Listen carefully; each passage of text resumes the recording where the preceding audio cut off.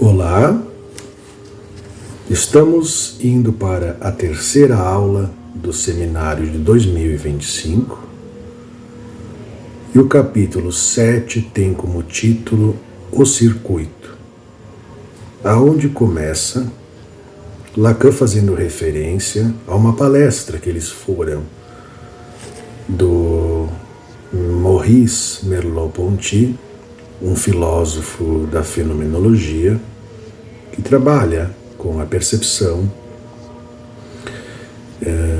que trabalha com a boa forma, com a totalidade, com a compreensão unitária, o que faz dele um filósofo humanista. E desde já sabemos que não é com isso que nós psicanalistas trabalhamos, né? Nós não trabalhamos com essa ideia de que é possível recobrir totalmente um objeto com o saber. Mas isso é a função da imagem, é a função do imaginário, compor a boa forma, fazer o fechamento da percepção, da imagem. A boa explicação, o bom sentido, a Gestalt.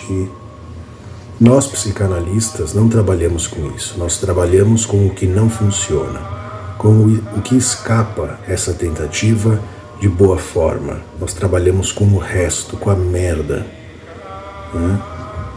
Trabalhamos com o que não funciona, com o que não faz sentido, que é o próprio da experiência humana. O próprio da experiência humana é o conflito.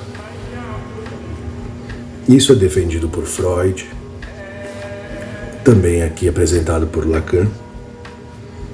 O homem é um ser dialético e nunca está completo. No item 2, ele vai nos lembrar que Freud pensa a psique como uma máquina de retornar ao equilíbrio, mas que isso é diferente do que a gente vai depois pensar sobre a repetição. Porque a repetição, associada à pulsão de morte, não busca o equilíbrio, mas sim a redução das tensões a zero.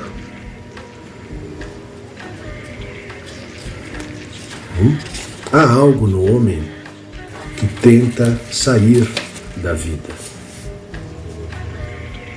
E agora aparecem os dois princípios da termodinâmica. Para que haja algo no começo, para que haja algo no fim, é preciso que algo tenha estado no começo.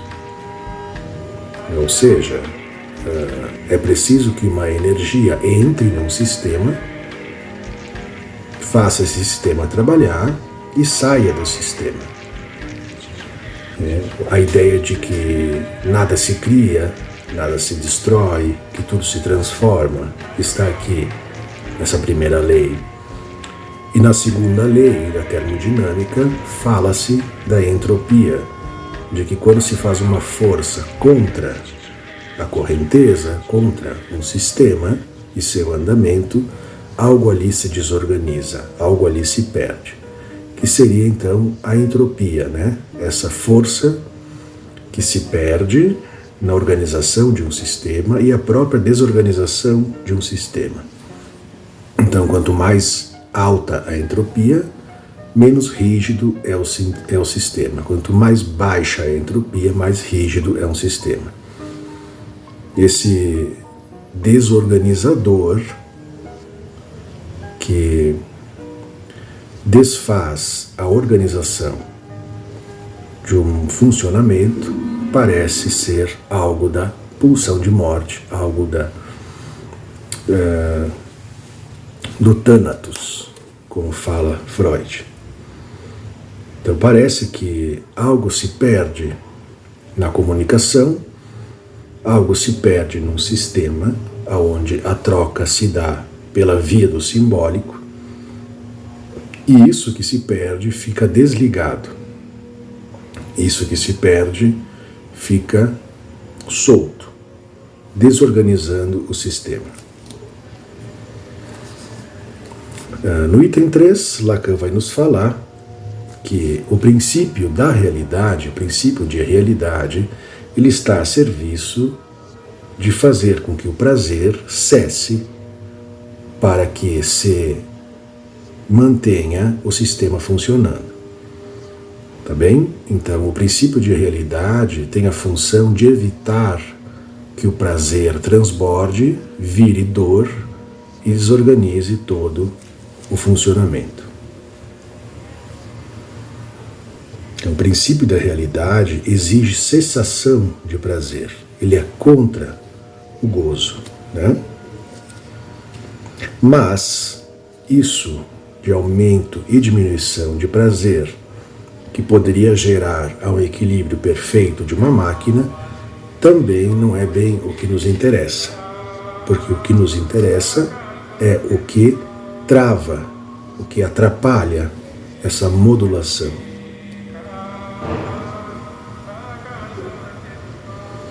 E o que atrapalha essa modulação, o que atrapalha esse funcionamento é a repetição daquilo que fracassou. Então, aquilo que fracassa, aquilo que não acompanha esse sistema de homeostase, se repete. O que se repete, então, é o fracasso. É aquilo que não funciona. E por isso Lacan vai lembrar também de um texto de Kierkegaard, filósofo, né? Primeiro filósofo existencialista, um texto de Kierkegaard sobre a repetição, que é uma passagem desse livro que o filósofo está escrevendo, aonde uma pessoa tenta reviver uma experiência muito prazerosa na sua vida,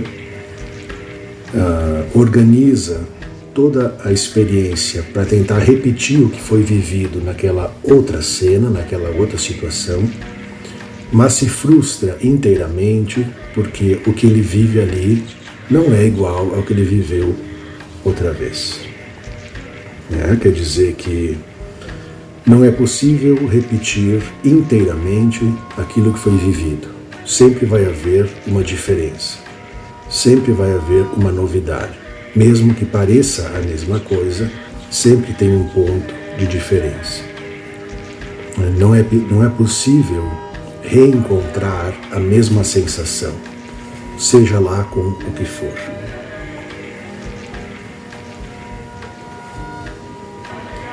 Essa repetição que a gente tanto fala não tem relação com o biológico, como queria Freud, mas é um efeito do funcionamento simbólico, tá bem? Repetição, pulsão de morte, simbólico. É uma mensagem que não encontrou o endereço. Uma carta que não encontrou o endereço fica insistindo até encontrá-lo. Até alguém interpretá-lo. Até alguém reconhecê-lo. Que é a função, portanto, do analista que está inserido nesse sistema de mensagens do paciente.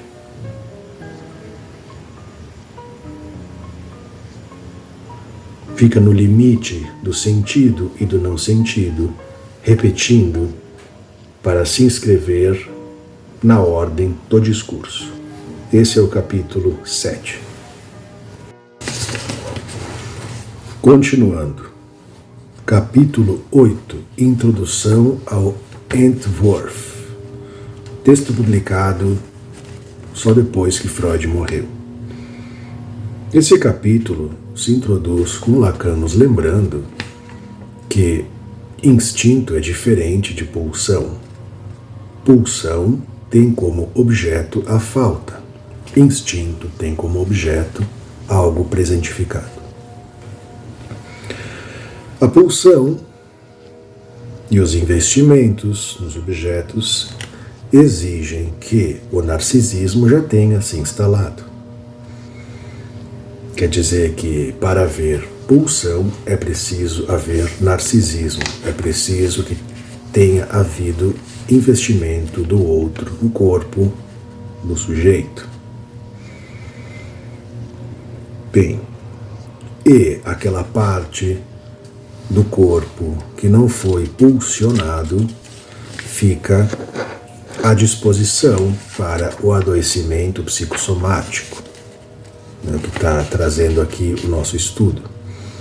O órgão que não foi libidinizado adoece de forma psicossomática, porque fica entregue ao autoerotismo e não à sexualidade.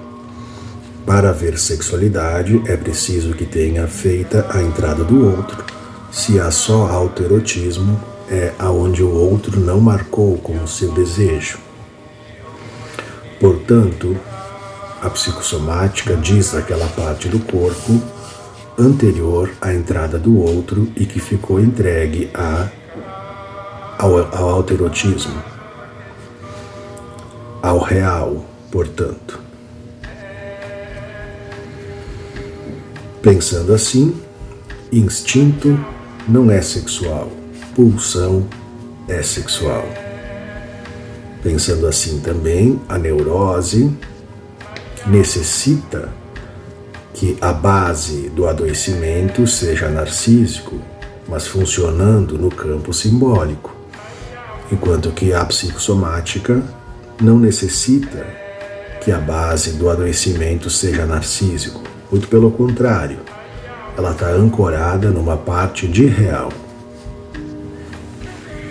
No item 2, vai se falar, portanto, que as manifestações fundamentais no campo analítico, elas estão atreladas ao simbólico. A fala, a repetição, a letra, ao discurso. E isso tudo tem um processo, funciona num processo circular. O sujeito está sempre, submetido a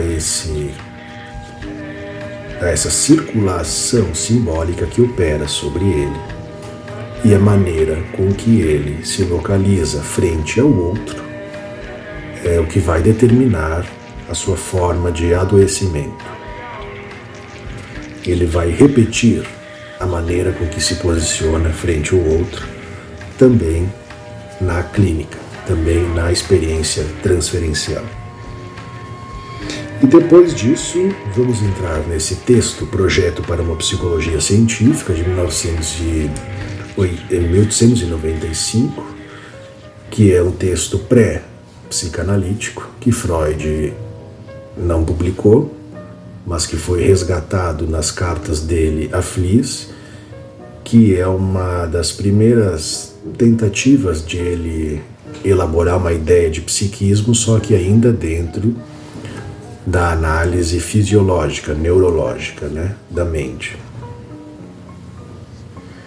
Mas de alguma forma, ali a gente já encontra o germen do que ele vai desenvolver depois em toda a sua teoria.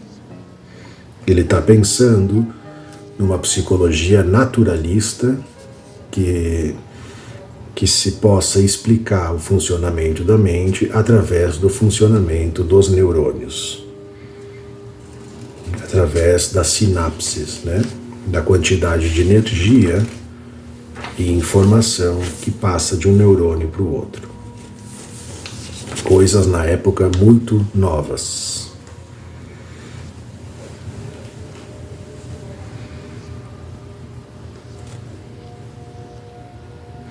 E já nesse trabalho de Freud, a gente vê uma dificuldade dele em elaborar, em trabalhar, em desenvolver uma teoria da consciência. Ali a gente já vê um trabalho que focaliza, antes mesmo de Freud saber que esse ia ser objeto de sua pesquisa, ali já está a tendência dele em estudar os processos mentais inconscientes.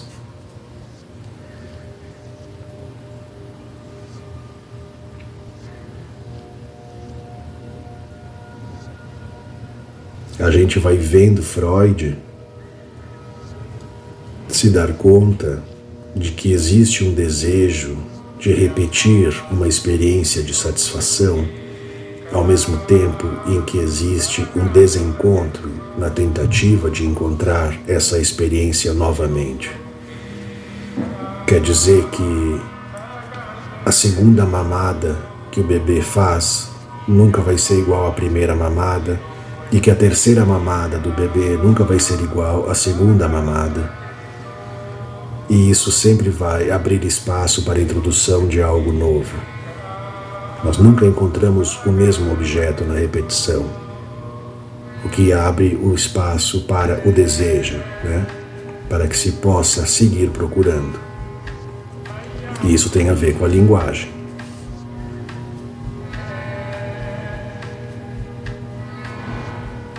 O projeto para uma psicologia científica tenta dar conta dessas coisas, falando de sistemas de neurônios permeáveis, sistema de neurônios impermeáveis e sistema de neurônios perceptivos. Então existem neurônios que capturam a percepção e nada retém. Existem neurônios que capturam a percepção e alguma coisa dessa percepção fica retida. E existem neurônios que guardam essas percepções, que armazenam essas percepções, que elaboram essas percepções, que a gente vai ver um pouco melhor depois no capítulo 9. Mas aqui já aparece Freud demarcando 3 sistemas de neurônios, né? Permeáveis, impermeáveis e do perceptum. Seguimos. E o capítulo 9, jogo de escrituração, para fechar a aula de hoje, faz com que Lacan traga o tema do estádio do espelho para falar sobre a psicose infantil e depois atenta para o conceito de regressão, dizendo que a regressão não é ao biológico anterior, ao funcionamento orgânico anterior, mas sim às significações, a regressão da libido a significantes mais primitivos, a formas de funcionamento psíquico mais primitivo. Então, o que regride é a libido a cadeias significantes mais arcaicas. E depois ele desenha no quadro os esquemas freudianos, né? O esquema apresentado no projeto, depois o esquema do pente invertido, depois o esquema do estádio do espelho, que é de Lacan, e por fim nos apresenta o esquema L. É a primeira vez então que Lacan apresenta o esquema L na sua obra. O esquema L a gente vai ver em aula.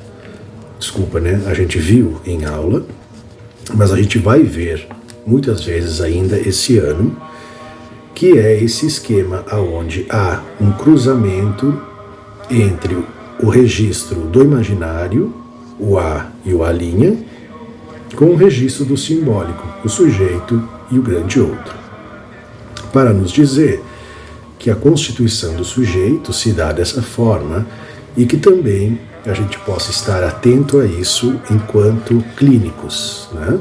Que o nosso trabalho deve visar desfazer o excesso de imaginário para que o simbólico possa operar. Isso é bem importante do esquema L, né?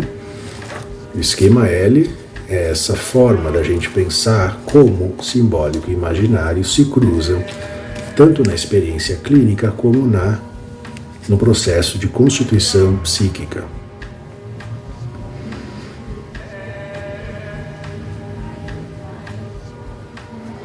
E ele vai utilizar esse esquema L também para nos lembrar que o nosso objeto, no fim das contas, não é o indivíduo, a pessoa, o paciente, né?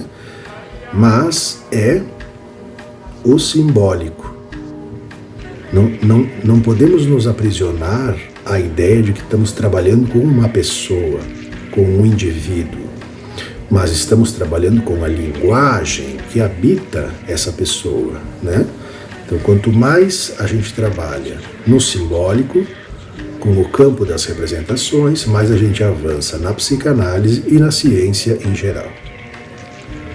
Então, nos importa saber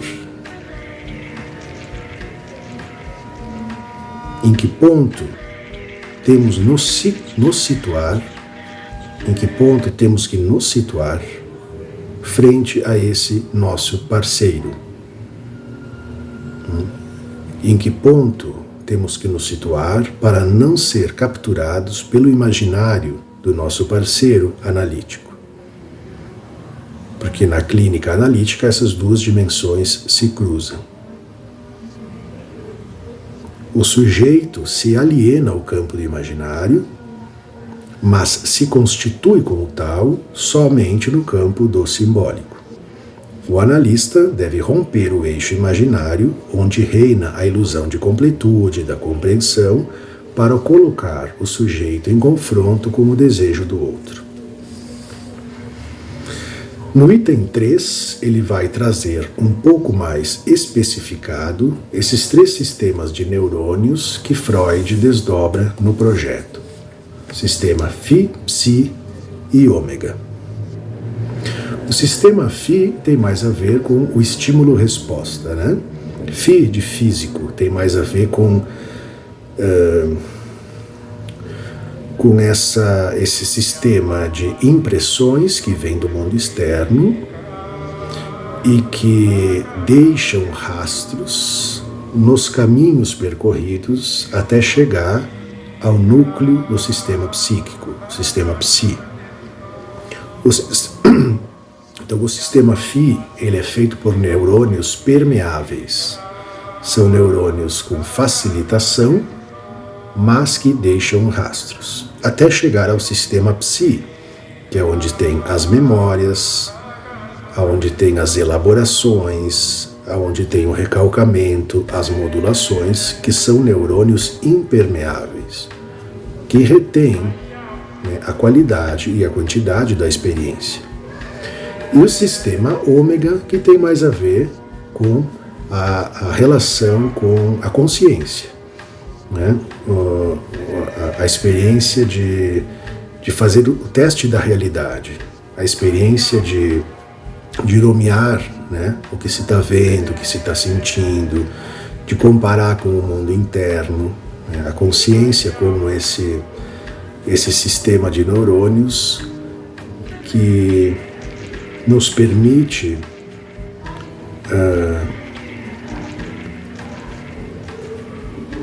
dar palavras e dar significados para o que está sendo vivido. Então, toda experiência psíquica comporta esses 3 sistemas. Chega ao Phi, atravessa o Psi, deixa ali as suas marcas maiores, e esse sistema Psi faz pequenos investimentos no sistema Ômega, que é a consciência. Entre o que entra e o que sai, ficam facilitações, trilhamentos, engramas, que quanto mais se repetem, que quanto mais impulsos atravessam esses trilhamentos, essas facilitações, mais eles ganham preferência no veiculamento das impressões psíquicas. Que é muito interessante também, né? Então voltamos. Indicador de realidades, sistema Ômega. Percepção de quantidade, sistema Psi. Associação, memória, simbolização, sistema Psi. Então, sistema Phi, permeáveis, sistema Psi, impermeáveis, e sistema Ômega, consciência, perceptum.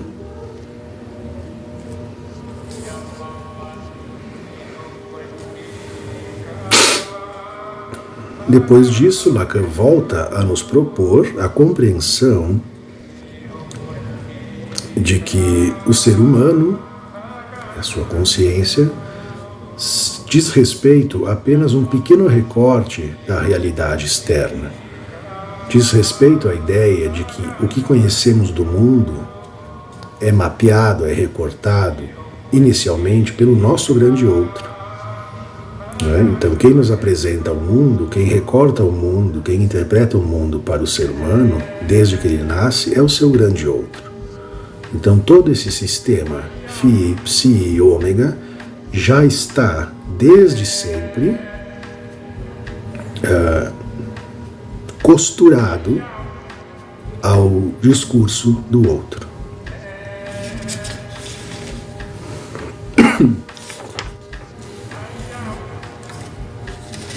Isso é fundamental para a psicanálise, né? Que todo esse sistema neurônico, neuronal, ou esse sistema de linguagem com o qual nós experimentamos a vida, ele está, desde já, amalgamado, né? Ele está costurado, ele está fusionado, soldado às significações que o outro imprimiu em nós. Bem, então esse foi o encontro 3 dos nossos estudos. Bom trabalho, espero que tenha sido suficiente para que a essência fique marcada nas facilitações de vocês.